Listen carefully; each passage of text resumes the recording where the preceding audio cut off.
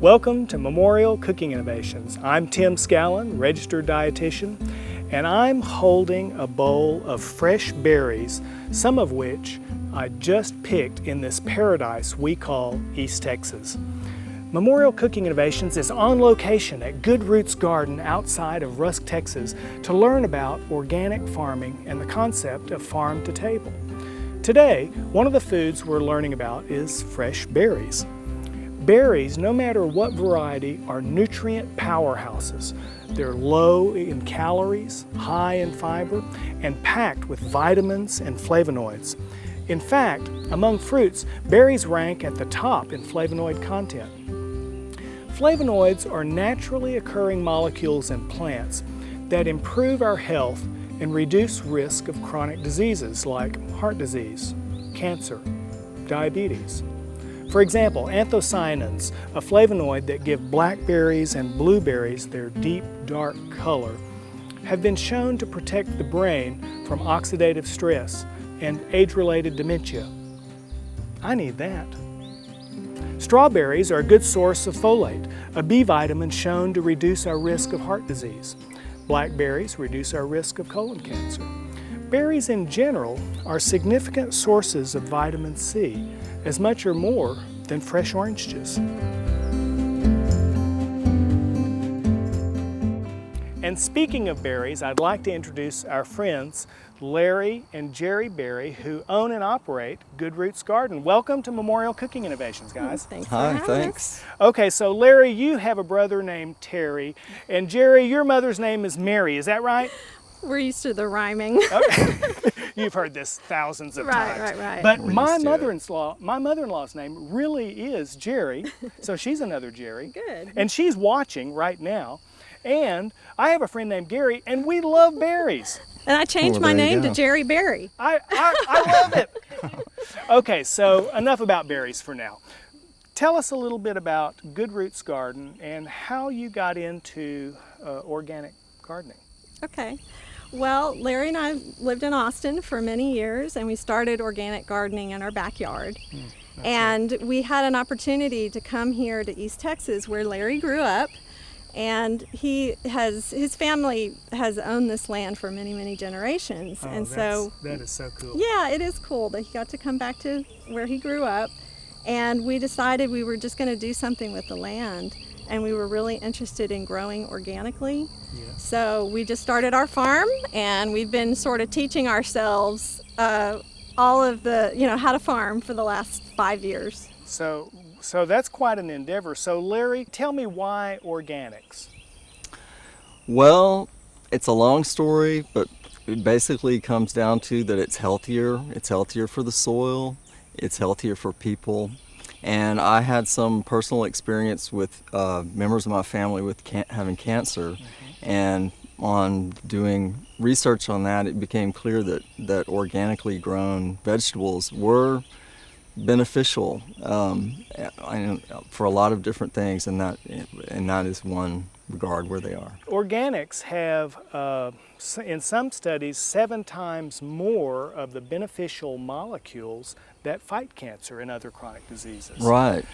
But you know what I like, and I think I like that as a dietitian, but I also like the idea that organic vegetables are more flavorful. It's true. And when we made the switch to organic years ago, one of the first things that I switched on was milk, and it was the taste really that sold me. I mean, the taste is much better, and you'll find that with all organically grown vegetables. They just taste better. You know, it wasn't too long ago that I started drinking organic milk too. Now, my reason there was because of the antibiotics and the hormones, thank you. But the first thing that I noticed was how much longer the date on the organic milk is. It's like a month, and the other milk, the dates are much shorter. Well, there's a reason for that, and I can't speak to this as a scientist, but as someone who actually grew up on a dairy farm not far from here, in fact, when you're producing milk, you're concerned with bacteria counts. And the more bacteria you have in the milk, the shorter the date is. So when I saw that longer date, I'm thinking this milk has fewer coliforms in it. Now I don't know if that's actually true. This is, again, like I say, Tim, the person who grew up on a dairy farm, and my personal experience with, as a dietitian, choosing organic milk. But anyway, okay, so tell our viewers, Jerry, tell our viewers how they can get your produce. Okay. Well, we have a CSA, which stands for Community Supported Agriculture. Okay. And that is, it's kind of like a co-op. Okay. And it's where people can sign up to receive a box of vegetables every week of whatever's in season and ready to harvest that week. Okay. And so we have that program, and then we also sell at farmers markets. We've sold at the Nacogdoches Farmers Market and the Tyler, Rose City Farmers Market in Tyler. Yes. And right now we're just doing the Rose City Farmers Market, but if we can, as we expand, we'd like to do both markets. Well, in fact, the Nacogdoches Farmers Market is where I first met you all. Right. Memorial Cooking Innovations came to the Farmers Market on location last summer, and that's actually where we met. Right. I think you used some of our vegetables for a cooking demonstration. Yeah. Well, we did, that's right. And so, and I was delighted to find a dietitian growing organic vegetables. Yeah, there aren't very many of us. Yeah. Well, Jerry, while Larry's doing some weeding, let's start our tour here in the greenhouse. What are we looking at here? Okay, well, I can show you how we start our seeds. Oh, okay. And we start them here in the greenhouse usually, and then transplant them out to the rows out in the farm. Okay, so what have you got right here? Well, first of all, what we do is we mix up potting soil. We mix our Yes. own potting soil, and that's usually peat moss, some compost, and some other organic soil amendments. Okay. Some of the things that we use it's all organically approved. Okay. And some things like fish emulsion, seaweed, molasses, things like that. And these are all elements that go into a good potting mix. Well, they go into a potting mix, and they also can be used as fertilizer. Okay, okay. Okay. Well, I recognize this. This is basil, yes? This is basil, and we start the basil usually in an open flat like this. Yes. Some of the seeds we start in these little cell packs here. It Yes. depends on the plant. These are fast growing cucumbers and squashes and things are a little bit faster growing, so you put one seed in each cell. Yes. And then after they get to a certain stage, you can see the roots coming through the bottom. Mm-hmm. But then you pop out the plant, and let's see if we can do this without damaging. Yeah, so the root development you can see here, this one's about ready to go put out in the field. And it, excuse me, in fact, this looks just like the potted plants that we put in our home garden. Right, exactly. You just started all these yourself. Right. What you usually do is buy something from a nursery and someone Yeah. has done this for you. Yes. But we start all of our seeds. I'm trying to think of some that we don't. We pretty much start all of our seeds. Well, from- and that, I'm sorry for interrupting you, It's okay. but that way you have control over that, you know that it's organic. That's true. And we have, if you look in the seed catalogs, and there are certain seed companies that sort of specialize in organic. Gotcha. And there's such a huge variety of different things that you can Yes. grow. Now, when you go to the when you go to a greenhouse or a nursery and you Yeah. buy plants, you're Yes. limited on what they've decided. Yes. And so if you buy your own seeds, you can really do a lot of fun things. So Well, now do you also grow herbs on your farm here? yes, I mean basil is Well, an basil would herb be one. actually, and there's some Thai basil and cinnamon Okay. basil over there. Okay. But we have oregano and rosemary, catnip. We Okay. have I don't know, a My lot of cat different ones. Boris would love that. they love it. Yeah. Well, in fact, I put in an herb garden. It's been about 3 years ago, and I've continued to add to it. This year, I see your chives over there. I added chives this year. And I started growing garlic this last fall. So, in fact, I just pulled my first garlic. Good. Yeah. I'm starting to cure it. Right. So, well, this is neat. Well, let's see the rest of the farm. Okay. Larry, tell us about some of the challenges to organic farming. Well, there are lots of challenges.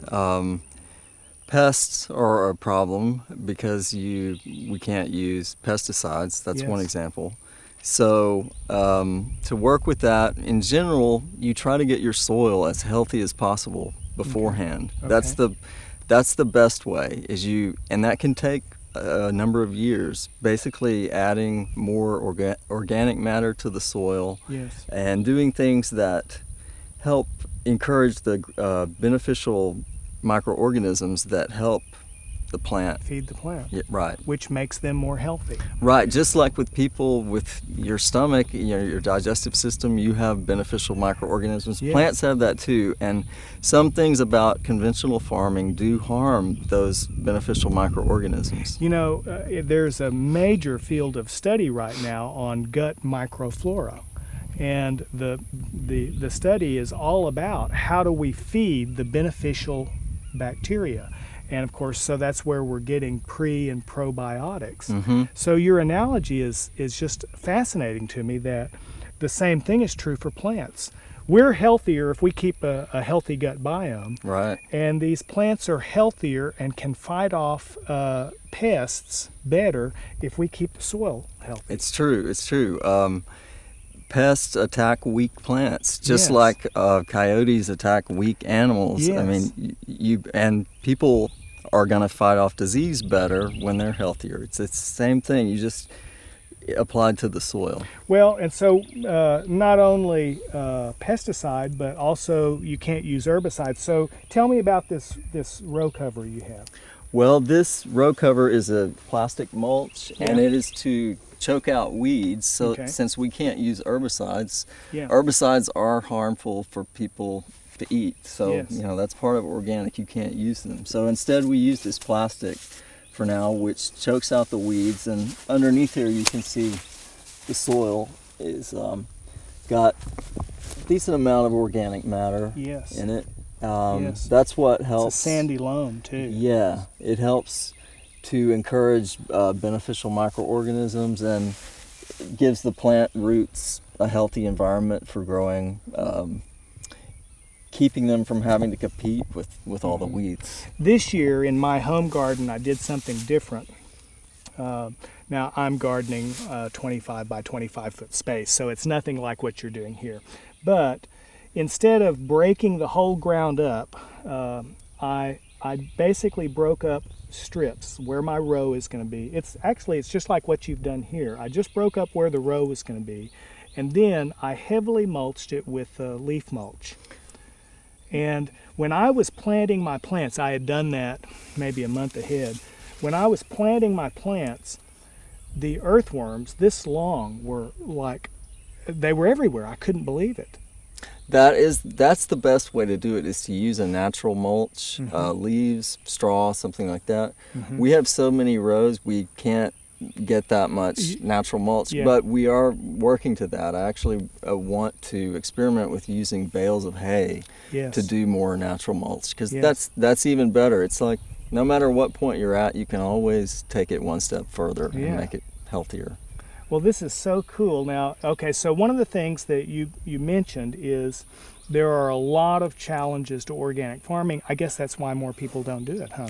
It's true. Yeah, that is true. And then it's just, like you mentioned earlier, the way things have been done around this area has The been way our parents farmed, right. and the way they learned is different. right, and you tend to do it that way unless you have a good reason to do it otherwise. And in fact, like we were talking earlier, I've home gardened all of my adult life, and I did it the same way. I used Sevin dust when I would have pests, but the downside to that is I killed off my bees and my wasps. That's true. That's a reason why we moved to organic, because it's a cycle. Mm-hmm. If you start using pesticides, you're not only going to kill the harmful bugs, you're going to kill the beneficial bugs. So Yeah. that means you become dependent on that pesticide, because Mm-hmm.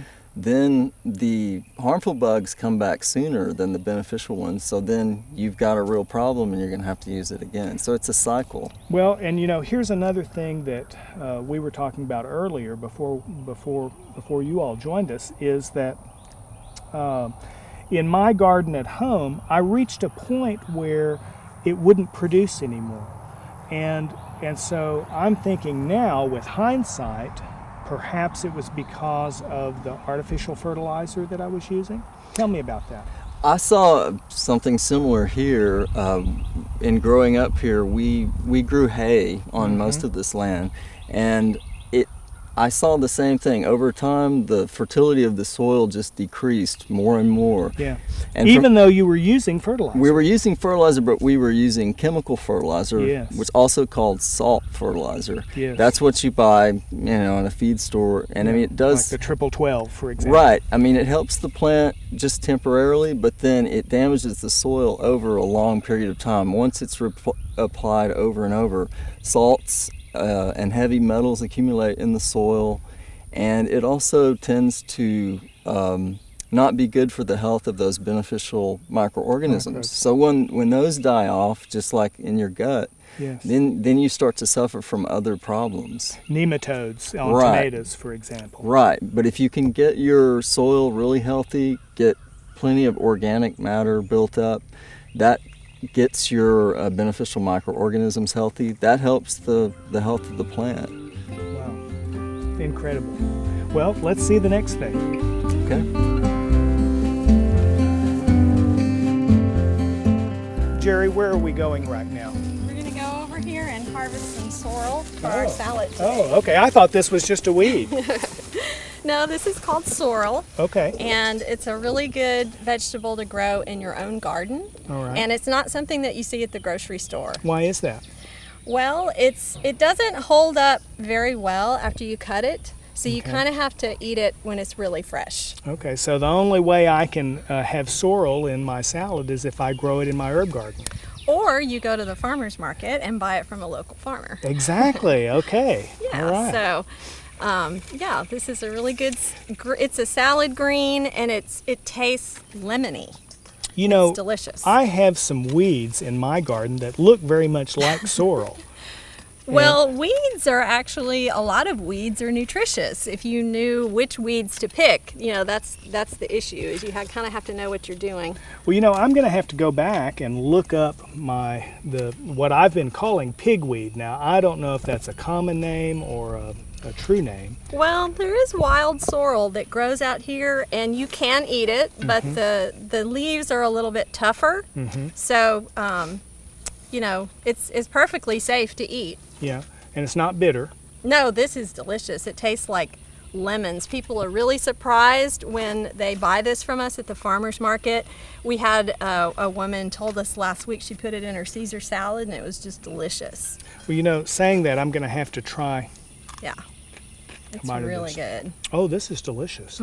It's very tart. Yeah, it's tart, it's lemony. You can put it in a smoothie, you can do lettuce wraps, you can drop it in soup, like potato soup at the last minute to do like a lemony flavor in your potato soup.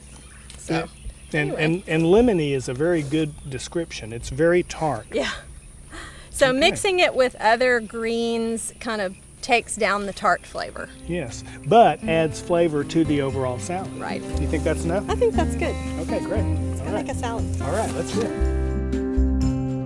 Well, Jerry, here we are, two dietitians in the Berry kitchen, and there are no chefs here to tell us what to do. We can do whatever we want. We could make a video, Dietitians Gone Wild. Woohoo! Let's do it. Okay, all right. Okay, but seriously. Now, when we started talking about this show, we don't have to get too serious, do we? So when we started talking about this show, we were talking about what recipes do we want to do, and I suggested, well, let's do something with produce from your farm. And I was surprised at your choice. You chose French sorrel, and I had to go look up French sorrel. I didn't even know what sorrel was. I stumped the dietitian. You did. So tell me, why did you choose sorrel? Sorrel. Well, it is an unusual thing. You don't really see it at the grocery store very often. Yeah. And I chose it because, well, one, for flavor, because it has a real lemony flavor. It tastes really good mixed in salad. And you showed me that as we were picking it. It was really delicious. It is delicious. And it's also in season right now. So you want to choose foods as much as you can that are in season because they're at their peak of nutrition. And if they're at their peak of nutrition, they're also at their peak of flavor. Right, exactly. And so this is in season, and then it's real high in vitamin C. Oh, okay. And it's just different. I thought it would be fun and just kind of encourage people to try something in their home garden. Makes a good green. Right. All right. Okay, well, you want to make this salad dressing first? Let's make the salad dressing. Okay, so what are you starting Okay, with? so we're going to use some balsamic vinegar. Okay. Do 1 tablespoon. All right. Well, one of the things that I learned from Memorial Cooking Innovations is that making your own salad dressing is the easiest thing in the world. In fact, you know, once I started making salad dressing at home, the difference in the flavor, I just stopped buying ready-made salad dressing, and you will too, once you see the difference in the flavor. And one of the things that when we were talking about this earlier that you pointed out, which I thought was a good dietitian thing to point out, is that not only are fresh-made dressings more flavorful, but they're lower in sodium and sugar. Right, and there's no Food additives. food additives or Yeah. preservatives in there. Yeah, yeah. Now, what are you adding right now? This is just water. Water, okay. Filtered water. Okay, I put in some honey okay, and then a dash of salt and pepper. okay. We'll do that next. So a basic vinaigrette is, and this, you could say a basic salad dressing has these ingredients. It has oil, and of course we always want to use a good extra virgin olive oil because of the flavor. Some acid, in this case it's the vinegar. You could use a different acid. You could use, for example, lemon juice would be an acid you could use in a salad. Salt and pepper. Okay, did I leave anything out? Basically, well, water. Right. Okay, so these are the basic ingredients in a salad dressing. Now you can vary what kind of vinegar, balsamic, red wine. You could vary different flavoring. So in this one, what are you flavoring this vinaigrette with? Blackberries, the wild blackberries Yes, that we okay. picked outside. Blackberry vinaigrette. Yep. And And I'm then- ready to blend it. Okay, all right. Okay, so I'm gonna put it up here. Farm to table refers to a current movement concerned with producing food locally and delivering that food to local consumers. It is also associated with organic farming initiatives, sustainable agriculture, and community-supported agriculture. The farm to table movement has arisen concurrently with recent changes in attitude about food freshness, eating seasonally, small farm economics, and food safety. Advocates of the farm to table model believe that the freshest foods come from nearby farms rather than shipped from distant locations. Food freshness directly impacts flavor and nutrition content. And we've seen this on Memorial Cooking Innovations. You know, you hear us say the flavor is in the freshness. Buying food locally supports local farmers and the local economy. There's a growing public backlash against genetically modified foods, or some people refer to these as GMOs, and many people are questioning the long-term safety of this part of our food production system. This story will continue to develop as more research either confirms or disputes the safety of GMO foods. But for now, look for organic foods at your local farmer's market, and you can find a wide selection of organic foods at your local Brookshire Brothers grocery store. Okay, so the dressing's ready. All right? I'm ready to pour it. It's very pretty. It is pretty. All those phytonutrients making that color, huh? Right. Anthocyanins. Yes. Okay. Okay, now I'd like to taste it because Okay. since we use the wild blackberries, Yes. those they're tart, and so sometimes you need to add a little bit more sweetener. Yeah. So I want to go ahead and taste it. Here. Let's Right get here. 2 spoons. Okay. Here you go. Okay. I'm going to get me one. Just taste a little bit. Okay. It's pretty really good. good. I Okay. like it. Perfect. Okay. Yeah, So then we perfect. can change places, and then Okay. I'll make the You salad. want to do the salad? Okay. Okay. All right. All right. So we're just going to chop up the sorrel. You know, in a previous show that we did on Memorial Cooking Innovations, the topic was mise en place. Do you know mise en place? No. Well, mise en place is French for put in place. And so the concept is you start putting things up when you're done with them. So I'm just going to put these in your sink over here. Is that okay? Sure. You going to use any of these? No. Okay.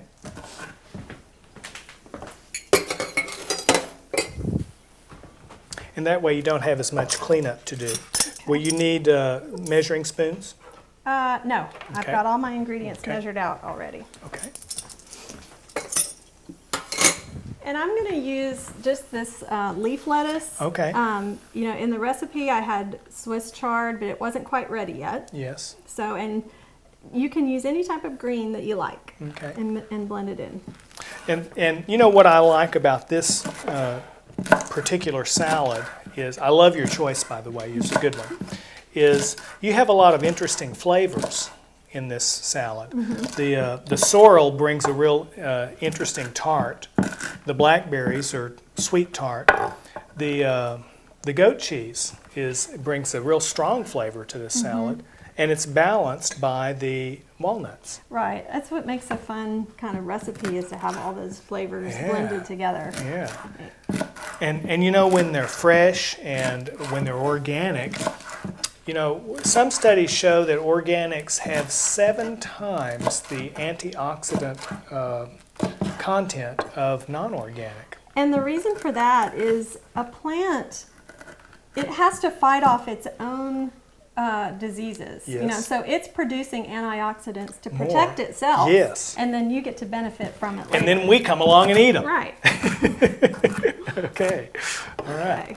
So there's some It's lettuce. going to be a wonderful salad. I'm starting to get hungry here. Okay.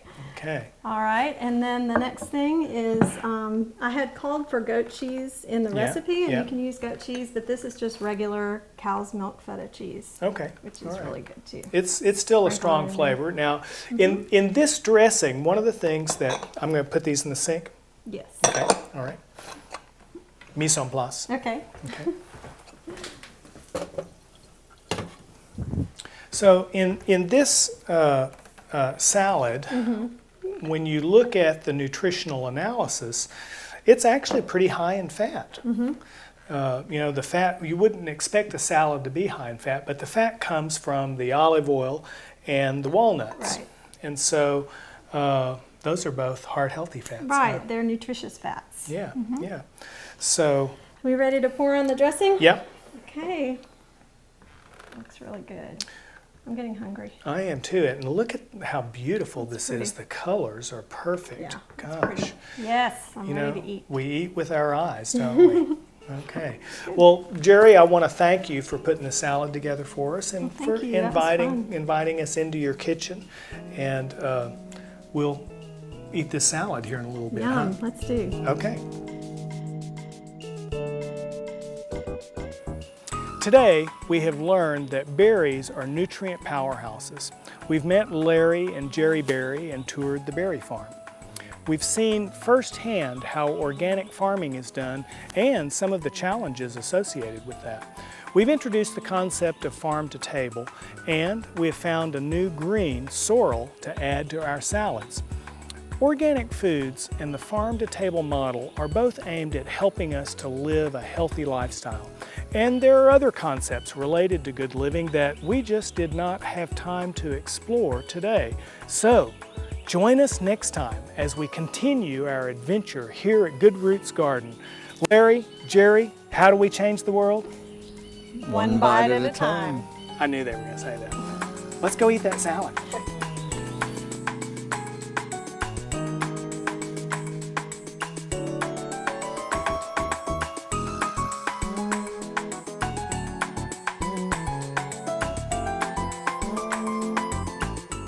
Memorial Cooking Innovations is made possible through the generous efforts of Brookshire Brothers, a celebration of family and community, CHI St. Luke's Memorial, the Polk Education Center, Sodexo Food Service, and the City of Lufkin, KLTX Channel 15.